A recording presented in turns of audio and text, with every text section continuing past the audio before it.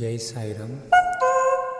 బాబా యొక్క సచ్చరిత్ర రోజు పారాయణ చేస్తూ, అలాగే రోజులో వీలైనంత సమయం లేదా శక్తి ఉన్నంత తమకు తోచినంత బాబా నామస్మరణ ఓం సాయి శ్రీ సాయి జై జై సాయి ఎవరైతే చేస్తూ ఉంటారో బాబా గారు వారి యొక్క అహంకారాన్ని తొలగిస్తారండి. అన్ని బాధలకు కారణం ఏంటంటే అహంకారమే. ఆ అహంకారాన్ని తొలగిస్తారు. అలాగే అజ్ఞానమే కారణం కాబట్టి ఆ అజ్ఞానాన్ని తొలగిస్తారు.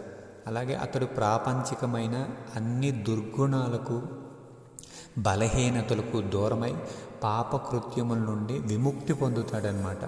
ఎవరైతే అట్లా చేస్తారో అతడికి నిరంతర ఆనందం బాబాగారు ప్రసాదించడం జరుగుతుందన్నమాట.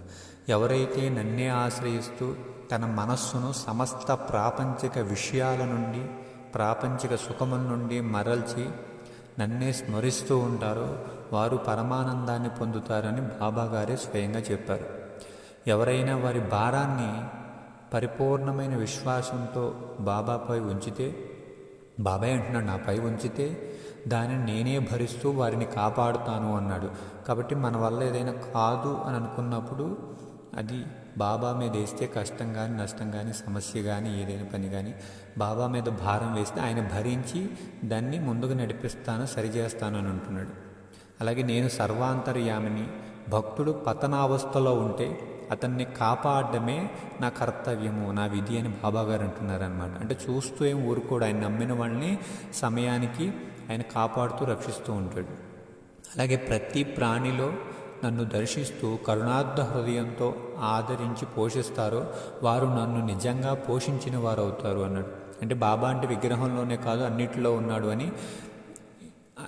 ఆకలి అన్న వాళ్ళకి ఎవరైతే ఆహారం వేస్తారో అలాగే వాళ్ళని ఆదరిస్తారో వారు నిజంగా నాకు ఆకలి తీర్చిన వాళ్ళు అవుతారని బాబాగారు చెప్తున్నారనమాట. నన్ను స్మరిస్తున్న వారికి అలాగే నాపై భారం వేస్తున్న వారికి, నన్ను శరణాగతి చేసిన వారికి, నా పారాయణలు చేస్తున్న వారికి నేను ఎప్పుడూ రుణపడి ఉంటాను అన్నాడు బాబా. అలాగే వాళ్ళని ఉద్ధరించి ఆ రుణం నుండి విముక్తుడవుతాను అన్నాడు. అలాగే వాళ్ళకి కైవల్యాన్ని ప్రసాదించి నా రుణం తీర్చుకుంటాను అంటున్నాడు బాబాగారు. అత్యంత ప్రేమతో నన్ను స్మరించిన వారి సమస్త కోరికలు కూడా నేను తీరుస్తాను అని బాబాగారు చెప్పడం జరుగుతుందన్నమాట. నా కథలు అత్యంత శ్రద్ధతో విని, చూడండి చదవటమైనా వినటమైనా ఏదో ఒకటి అత్యంత శ్రద్ధతో విని లేదా చదివి మననం చేయు వారికి సమస్త రోగాల నుండి విముక్తి కలుగుతుందంట.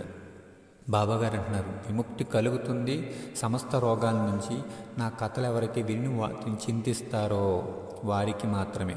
అలాగే నిత్యం స్మరిస్తూ నన్నే ధ్యానిస్తూ నా నామోచ్చారణ చేస్తుండేవారిని, నన్ను స్మరిస్తున్న వారిని, నాకు శరణాగతి కోరిన వారిని నేను ఎప్పుడూ కూడా రక్షిస్తూ కాపాడుతూ ఉంటాను. ఇది నా విధి, నేను ఎప్పుడూ కూడా అసత్యమాడను అని చెప్పేసి బాబాగారు చెప్తున్నారు. కాబట్టి అటువంటి ఫలితాన్ని పొందడానికి వాటిని ఆచరిస్తారని, బాబా అనుగ్రహంతో సంతోషంగా ఉంటారని, ప్రశాంతంగా ఉంటారని, దుఃఖాలు తొలగించుకుంటారని కోరి ప్రార్థిస్తున్నాను. జై సాయిరామ్, జై జై సాయి.